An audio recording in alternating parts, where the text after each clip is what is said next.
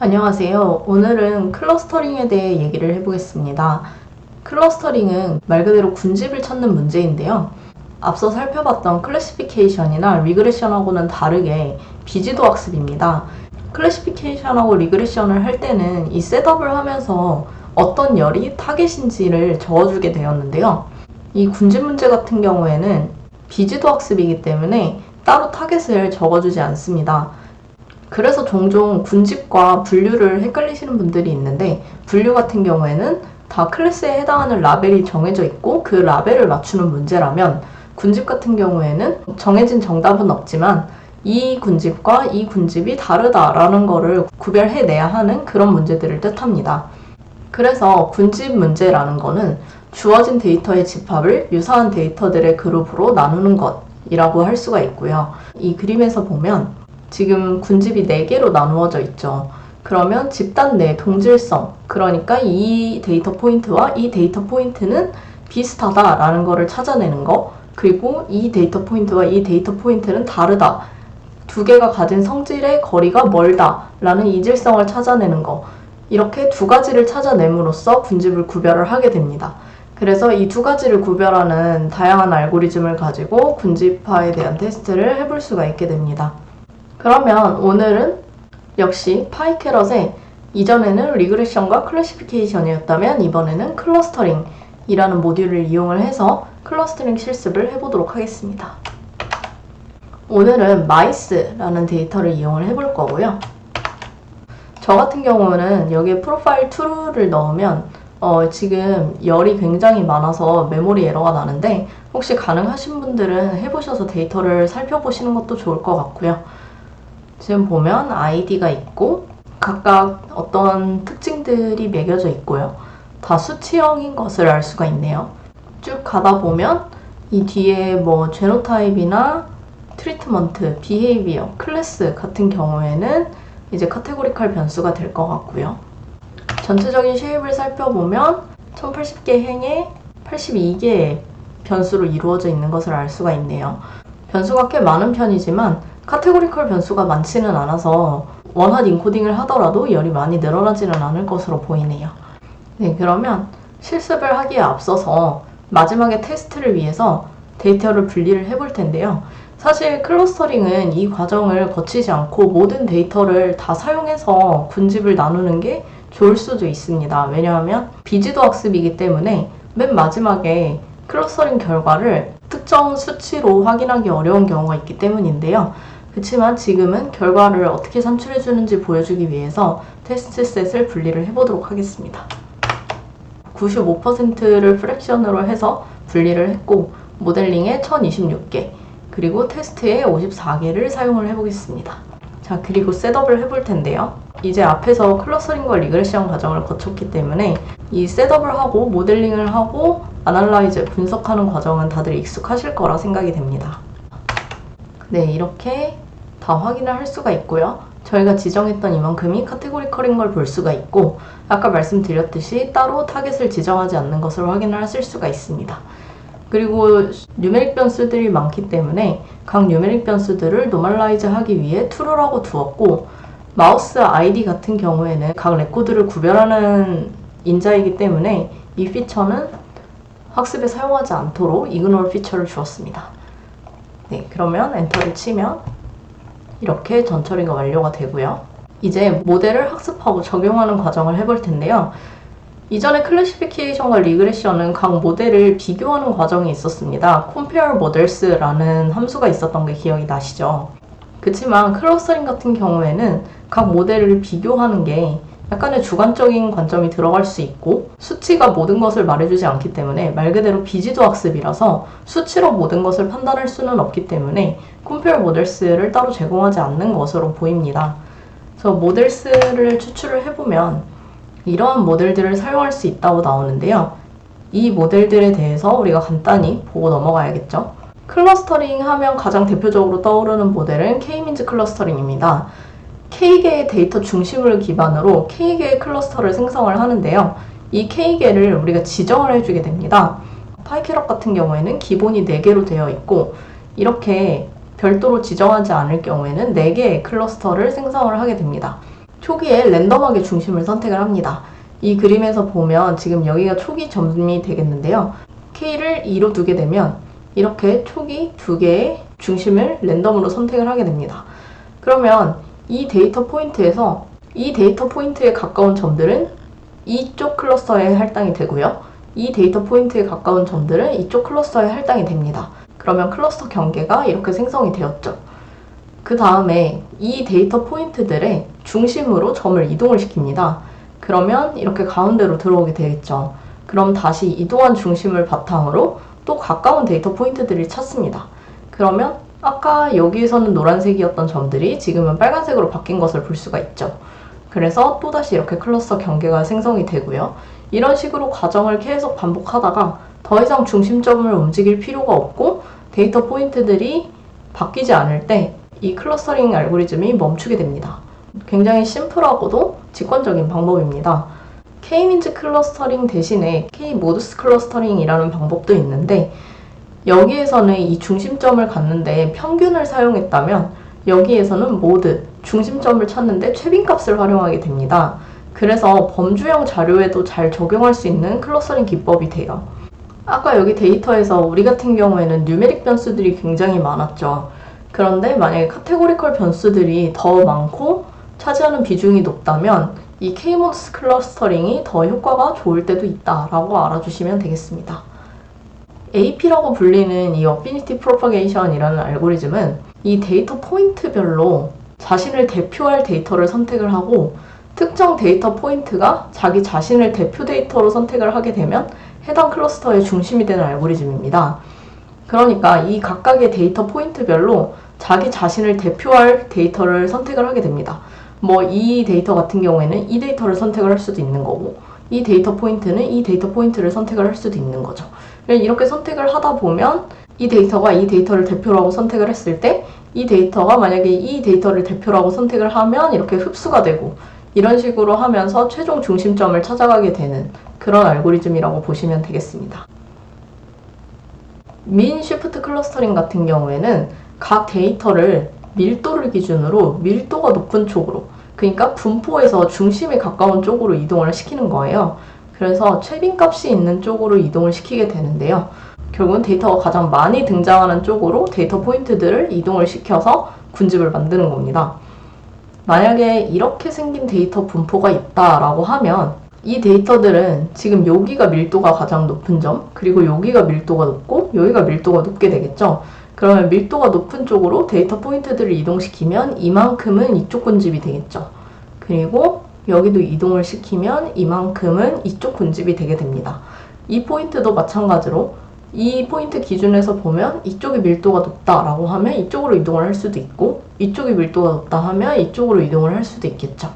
이런 식으로 이동을 시켜서 군집을 구별하는 방법이 민 쉬프트 클러스터링이다 라고 이해를 해주시면 되겠습니다.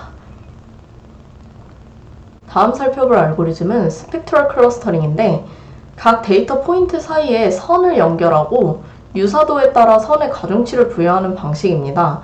이런 알고리즘들은 이제 그래프 방식인데 보면은 다 연결이 되어 있죠. 그래서 그래프 방식이다 라고 할 수가 있고 여기 보면은 각각 숫자가 써 있습니다. 여기와 여기가 가까울수록 높은 가중치를 부여를 하는 거죠. 그래서 각각의 거리에 따라서 가중치를 쭉 부여하고 보면 각각은 가까운데 여기는 멀게 되네요. 그러면 멀게 되는 가중치가 낮은 부분을 기점으로 클러스터를 생성을 할 수가 있습니다.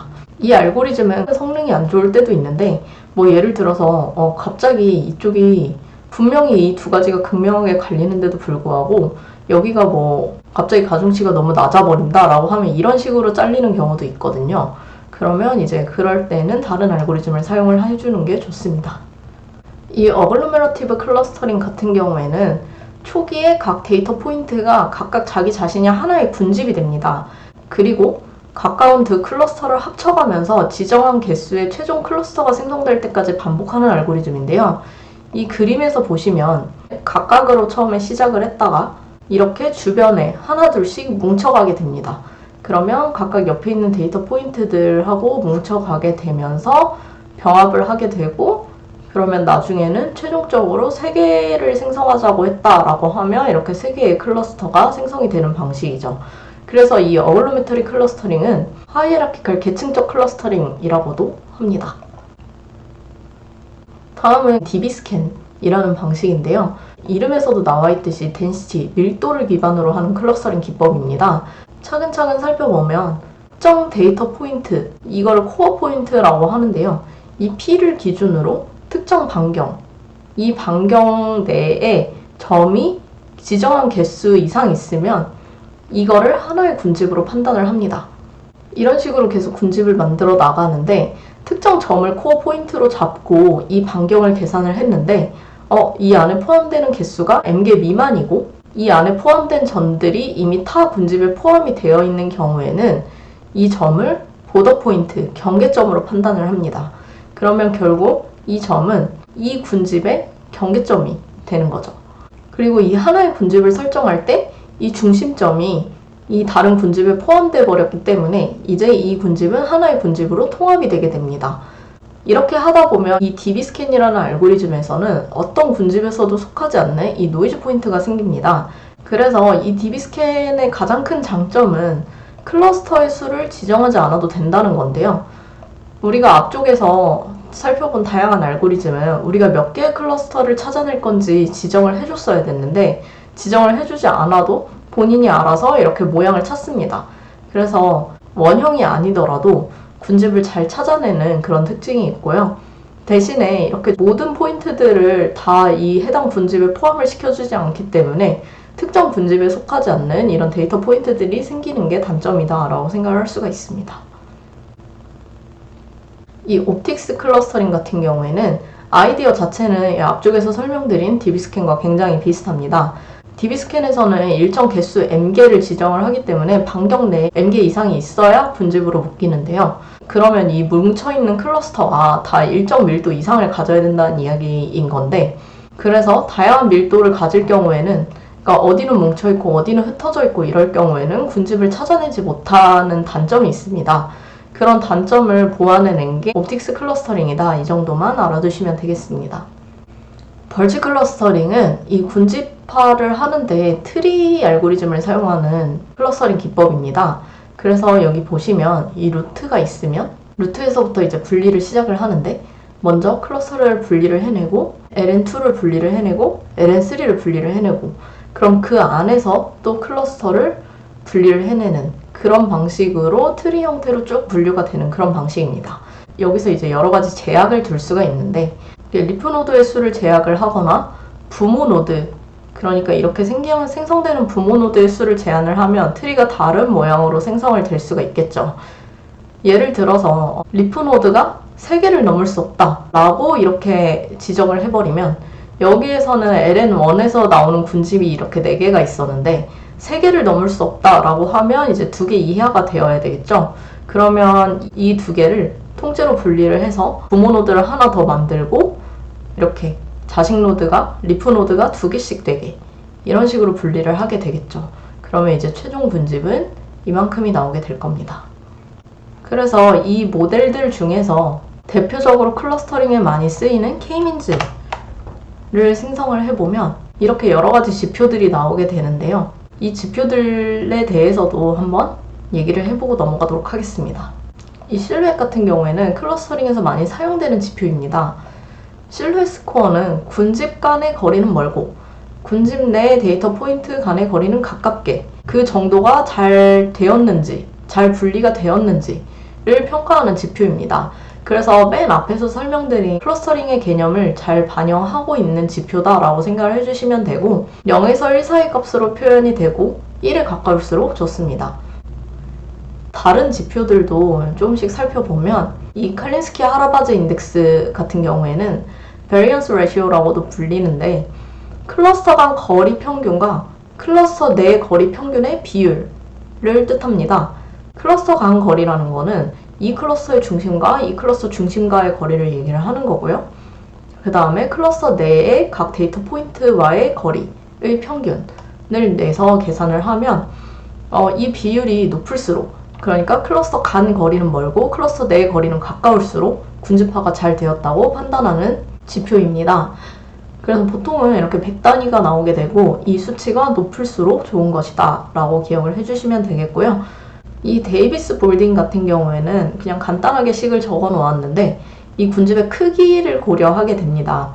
그래서 이 군집의 크기와 이 군집의 크기 그리고 군집 간의 거리를 이용해서 계산을 하게 되는데 이 군집의 크기가 작을수록 그러니까 밀도가 크게 뭉쳐 있을수록 그리고 군집 간의 거리가 멀수록 클수록 값이 작아지고 이 값이 작을수록 좋다라고 판단을 할 수가 있습니다.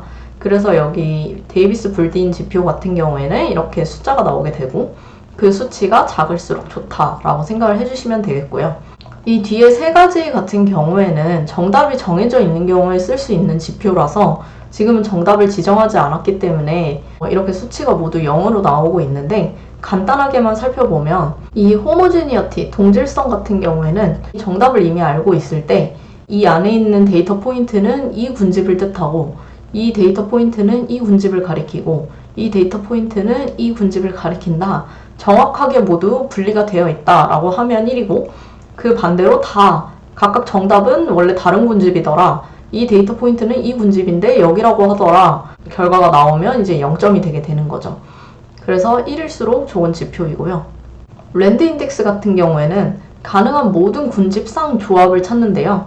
각 데이터 포인트 쌍의 조합에서 이제 정답인 데이터 쌍, 그러니까 두 개가 다 정답 및 예측이 모두 같은 군집일 경우에는 또는 정답과 예측이 모두 다른 군집일 때의 비율을 따지게 됩니다. 그래서 랜드 인덱스 자체도 이제 높을수록 좋은 점수가 되겠고요. 이 컴플리트니스 같은 경우에는 말 그대로 완벽하게 맞느냐라는 거를 따지는 건데요. 정답 군집을 알고 있을 때 모든 데이터 포인트가 정답과 동일한 클러스터의 요소인 경우에는 1이 되고 이제 틀리게 되면 점수가 조금씩 깎이게 되겠죠. 그래서 지금은 이 세 가지 지표를 측정할 수는 없지만 다른 지표를 하나씩 살펴보도록 하겠습니다. 네, 이렇게 K-모드스와 살펴보면 실루엣 스코어는 더 낮아졌고 칼린스키 하라바즈 같은 경우에도 낮아졌네요. 데이비드 볼딩 같은 경우에는 점수가 상승한 것을 볼 수가 있습니다. 이 실루엣 같은 경우에는 1에 가까울수록 좋다고 했고 칼린스키 하라바즈 같은 경우에는 높을수록 좋다고 했고 그 다음에 데이비스 볼딩 같은 경우에는 값이 작을수록 좋다고 했는데요. 전반적으로 K민즈가 K모드스보다는 더 결과가 좋은 것을 알 수가 있고 아까 K모드스는 카테고리칼 변수가 많을 때 좋다고 했는데 뉴메릭 변수가 많은 데이터를 사용을 하고 있기 때문에 K민즈가 더 결과가 좋은 것으로 해석을 해볼 수가 있겠습니다. 어피니티 프로포게이션 같은 경우에도 비교를 해보면 K민즈에 비해서 실루엣 점수는 높아졌지만 칼린스키 하라바즈 점수는 낮아진 걸로 보이네요. 다른 것들도 쭉 생성을 해보겠습니다. 네, 민시프트 같은 경우에도 실루엣 점수는 높아졌는데 칼린스키 하라바즈 점수는 낮아진 것을 볼 수가 있고요. 이 스펙트럴 클러스터링 같은 경우에는 실루엣 점수는 높아졌지만 칼린스키 하라바즈의 점수는 또 굉장히 낮은 것을 볼 수가 있네요. 네, 이거는 오히려 실루엣 점수가 엄청 낮아지고 칼린스키 하라바즈 점수는 좀 상승한 경향을 보이고요. DB스캔 같은 경우에는 네, 지금 아예 아무 점수도 나오지 않고 있습니다. 클러스터가 제대로 생성이 되지 않았을 거다라는 것을 예측을 해볼 수가 있고요. 대신에 DB스캔과 비슷한 옵틱스 같은 경우에는 이제 클러스터가 생성이 되었는데 실루엣 점수가 굉장히 낮고 칼린스키 하라바즈 점수는 또 높은 것을 볼 수가 있네요. 벌치 알고리즘으로 살펴보면 이것도 역시 실루엣 점수는 낮고 칼린스키 하라바즈 점수는 이렇게 측정이 되는 것을 볼 수가 있습니다. 만약에 이 모델이 적용된 결과를 확인을 하고 싶다면 이렇게 assign 모델이라는 함수를 사용할 수가 있는데요. K-민즈 모델을 활용해서 살펴보면 이렇게 각각의 데이터셋이 몇 번째 클러스터에 할당이 되었는지를 보여주게 됩니다. 만약에 이 클래스 열이 정답이다 라고 하면 지금 파이캐럿에서 매트릭이 완벽하게 지원이 안 되고 있는 것으로 보이는데 이렇게 사이클런을 이용하면 간단하게 이 정답과 이 클러스터를 이용을 해서 컴플리트니스 스코어를 비교를 할 수가 있는데요. 측정을 해보면 0.24 정도로 이제 매칭이 되는 것을 볼 수가 있네요. 네, 이렇게 생성된 클러스터를 분석을 해볼 수가 있는데 이 클러스터링 같은 경우에는 시각화를 해서 보는 게 클러스터가 잘 생성이 되었는지 확인을 하는데 좋은 지표가 됩니다. 그래서 이렇게 플롯을 클러스터라고 지정을 하게 되면 2D 플롯을 그려주는데요. 디폴트 값인 4개를 변경하지 않았기 때문에 이렇게 4개의 클러스터가 생성이 된 것을 볼 수가 있고, 이렇게 데이터 포인트가 4개로 구별이 잘 되는 것을 볼 수가 있습니다. 그러면 다른 클러스터들도 확인을 해보겠습니다. 네, 여기는 4개가 다 섞여 있는 것으로 보이죠. 그래서 클러스터가 잘 구분이 되지 않았다라고 생각을 해볼 수가 있고요. 이러한 경우에는 혹시 2차원으로 사용을 했기 때문에, 그러니까 2차원으로 차원을 변경을 했기 때문에 그림이 제대로 보이지 않는 것이다 라고 생각을 할 수가 있는데, 이런 경우에는 이렇게 3차원 플롯을 그려볼 수도 있습니다. TSNE를 통해서 이제 3차원 플롯으로 그려보면 2차원보다는 조금 더 잘 구별이 된 것을 볼 수가 있는데, 그럼에도 불구하고 아까 각종 지표들을 비교를 해봤을 때 그래도 K민지가 더 결과가 좋다라고 판단을 해볼 수가 있겠죠. 다른 것도 살펴보면 여기 같은 경우에는 굉장히 많은 클러스터가 생성이 됐습니다. 이 어피니티 프로퍼게이션 같은 경우에는 본인이 이제 본인의 대표 데이터 포인트들을 찾아가기 때문에 대표점들을 잘 찾지 못하면 이렇게 클러스터 개수가 굉장히 많아집니다. 그렇게 의미 있는 클러스터링이 되었다라고 보기는 어렵겠죠. 이 스펙트럴 클러스터링 같은 경우에는 지금 보면 거의 모두가 지금 하나의 클러스터 취급이 되었고, 지금 요 하나와 요 하나의 데이터 포인트만 다른 클러스터로 지정이 되어 있습니다. 이런 경우에도 클러스터링이 잘 되었다라고 판단을 하기에는 어렵겠죠. 이 H클러스트가 어글로메트리 클러스터링인데, 여기 같은 경우에는 이제 어느 정도는 클러스터링이 구분이 되는 걸로 보이는데, 그렇다고 해서 깔끔하게 구분이 된 것 같진 않죠. 이런 경우에 다시 한번 3차원으로 확인을 해보면, 네, 3차원으로 확인을 하더라도 이렇게 서로 섞여 있는 모양을 보이네요. 그럼 이 경우도 클러스터링이 잘 되었다고 보기는 어렵겠습니다. 네, 지금 DB스캔 같은 경우에는 모두를 하나의 클러스터로 취급을 해버렸네요. 이런 경우에도 이제 클러스터링이 잘 되었다라고는 보기 어렵거나, 아니면 모두가 비슷한 성질의 데이터를 가졌기 때문에 클러스터링이 필요하지 않거나 둘 중에 하나의 결론을 내게 되겠죠. DB스캔의 변종인 옵틱스 같은 경우에는 또 굉장히 다른 결과를 보여줍니다. 보면은 다 제각각의 클러스터를 형성한 것을 볼 수가 있고, 이런 경우에 정말 클래스의 개수가 75개가 아니라면 사용하기가 어렵겠죠. 벌치 같은 경우에는 아까 하이라키칼 클러스터와 비슷한 경향을 보이네요. 이 경우에도 3차원으로 플롯을 다시 그려보면 이렇게 여러가지 섞여있는 모양을 보입니다. 네, 그러면 K민지가 가장 괜찮은 클러스터링 결과를 보였다라고 볼 수가 있겠고요. 이 K민지로 엘보 플롯을 그려보면 네, 이렇게 나타나게 됩니다. 여기에 지금 디스토션 스코어를 보여주고 있는데요. 이 디스토션 스코어는 이 클러스터 내에서 각 포인트들과 클러스터 중심까지의 거리를 뜻합니다. 그래서 지금 클러스터가 늘어날수록 거리가 계속 작아지는 것을 볼 수가 있죠. 그럼 이때 우리는 4개로 설정을 해서 클러스터링을 했지만, 이 엘보 플롯에서는 이 5개일 때가 최적이다 라고 표시를 해주고 있습니다. 그러면 다시 앞으로 돌아가서 이제는 5개 클러스터를 몇 개로 구성할 것인가 했을 때 5개로 구성을 해서 다시 한번 실험을 해볼 수도 있겠죠. 보통 엘보 플롯이 이렇게 그려지는 경우가 많아서 딱 팔꿈치 모양으로 꺾입니다. 그래서 딱 그 점에서 클러스터를 생성하면 된다라고 생각을 해주시면 되는데, 이 데이터셋 같은 경우에는 조금은 더 클러스터가 많아져도 괜찮은 그런 모양을 보여주고 있네요. 마지막으로 테스트 데이터에 대해서 클러스터가 어떻게 생성이 되었는지, 잘 생성이 되었는지도 확인을 해볼 수가 있습니다. 이렇게 확인을 해보면 각각의 데이터가 어떤 클러스터에 할당이 되었는지 볼 수가 있겠죠. 만약에 정답셋이 있다면 앞서 보여드렸던 것처럼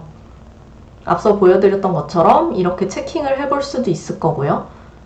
그게 아니라면 클러스터링이 잘 되었는지 플롯을 그려보거나 개별 데이터를 샘플링을 해서 어떤 클러스터에 속하는지 확인을 해볼 수가 있겠죠.